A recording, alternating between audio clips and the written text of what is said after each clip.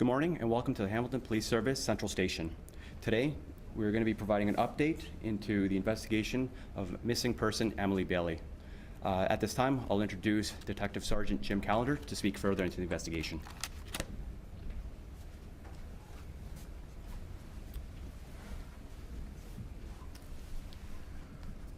Good morning, everybody, and thank you for coming. Emily Bailey was reported missing to the Hamilton Police Service on January 10th of this year when her friends and family couldn't get in contact with her. She's not been seen or heard from since that time, and we're aware that her last activity was in the end of December 2021 when she was reported to be attending a New Year's Eve party. Prior to and after that party, she was reported to have been leaving an acquaintance's house. Both the police and her family are concerned for her well-being. Emily is a mother of 2 young daughters, and this is much out of her character. It's not something that we would normally expect from Emily.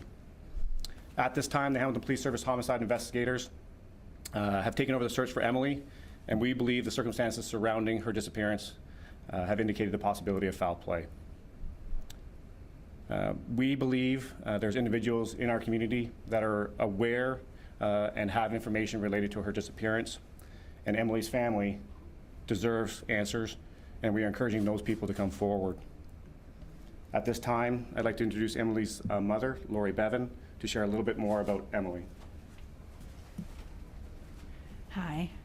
Emily is, like they said, she's a mom of 2 little girls. In fact, her youngest, today is her birthday, and she just turned 2. Usually she would be here.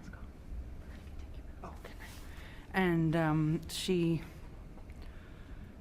this isn't like her. She is so always with her family, always worried about her children, stays in contact with us, maybe not all the time, but, you know, we hear from her.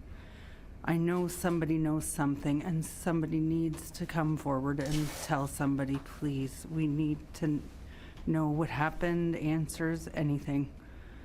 Just for our sake and her girls, her little girls. We just really need her back. We love and miss her so much, and we need her back, and these girls do too.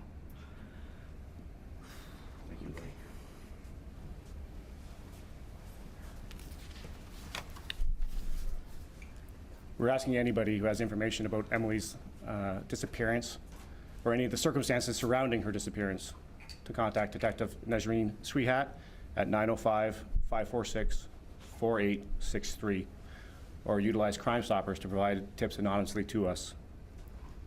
At this time, I'm happy to take any questions related to this investigation. Can you, it's been 2 months since she's been reported missing. Can you explain sort of why now the homicide unit is taking over? Did something change in the investigation? Was there some new information? Yeah, so you're correct. So the investigation started on January 10th. It's been extensive since that time. It was initially held with our divisional detectives out of the Division 20. The circumstances have evolved since that time. I would suggest even off the offset, there were some indications that there was this was not of her character or not of her nature. So there were concerns at that time. It just didn't cross that threshold where we were moving that up to the threshold that would meet the homicide unit's engagement. And then just recently, some information has come forward that we have deemed that we would like to take over the investigation at this time.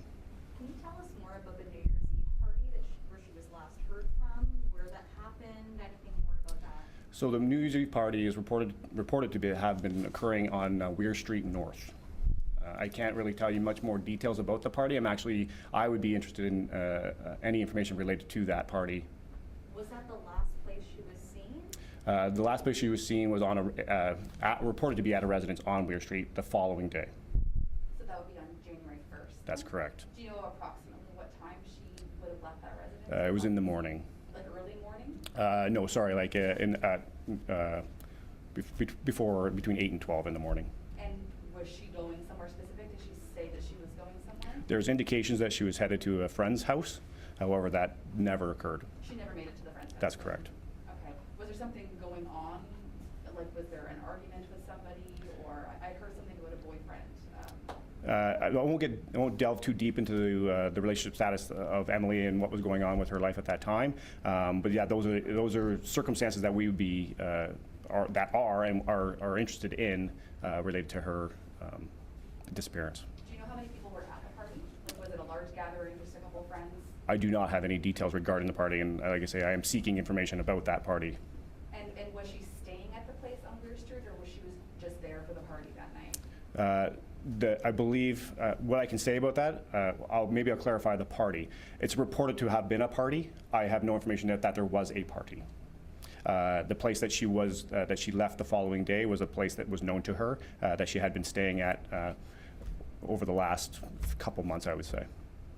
Can you talk at all about some of any of the work that's been going on in the last 2 months to look for her? Some of The steps that were taken. steps that have been taken, yeah. Yeah, missing persons cases are obviously complex at sometimes and sometimes not. This one off the get-go was a complex investigation. Like I said, it went to our divisional detectives. They put a lot of effort into it. There was countless, or not countless, there was many, many interviews with all those people that were engaged in Emily's life, particularly that last week of December, where we know that she was active in the community.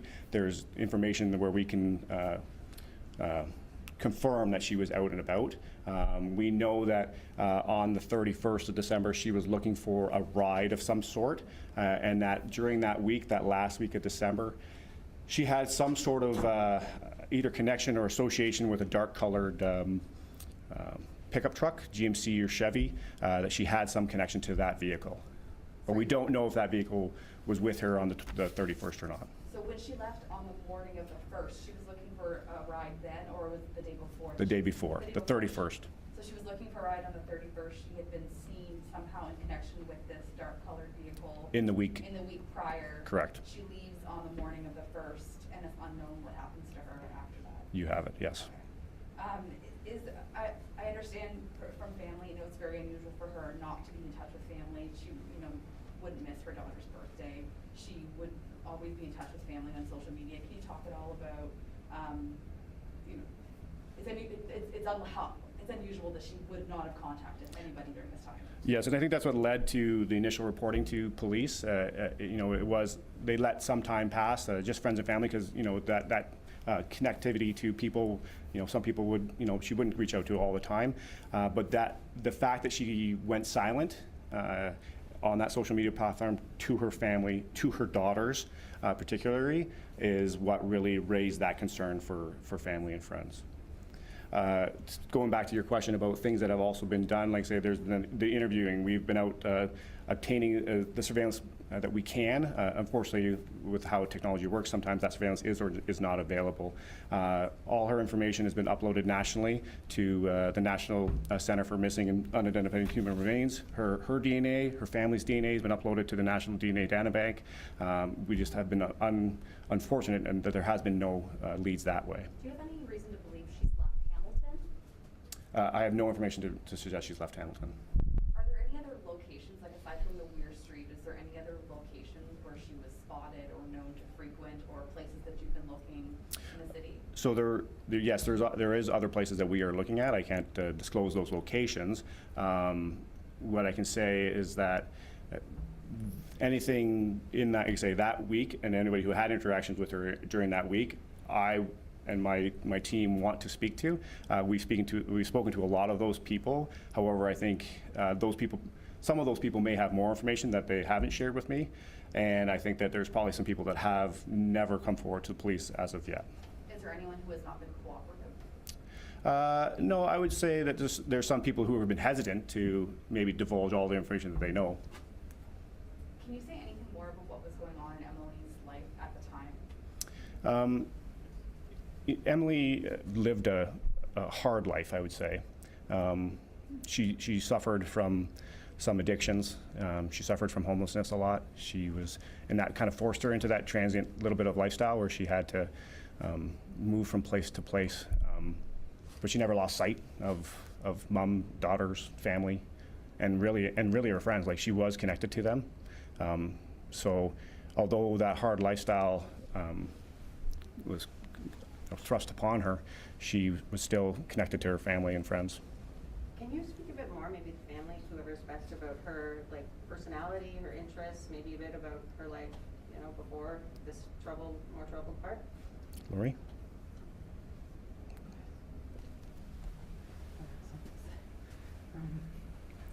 Well, she was a very outgoing person. It's hard to describe her. She was full of personality, loved her kids. Oh, my mask, I always forget about it.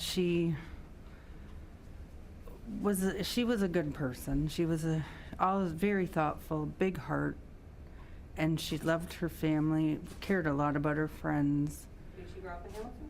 She did. And you guys are in Hamilton as well? Yes, but she unfortunately just changed and went a little bit of a different direction.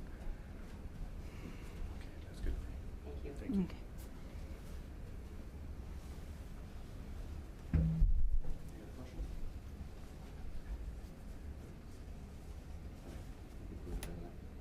Yes. Good. Thank you, everybody. Thank you, everyone. That marks the end of the update. Thank you for coming.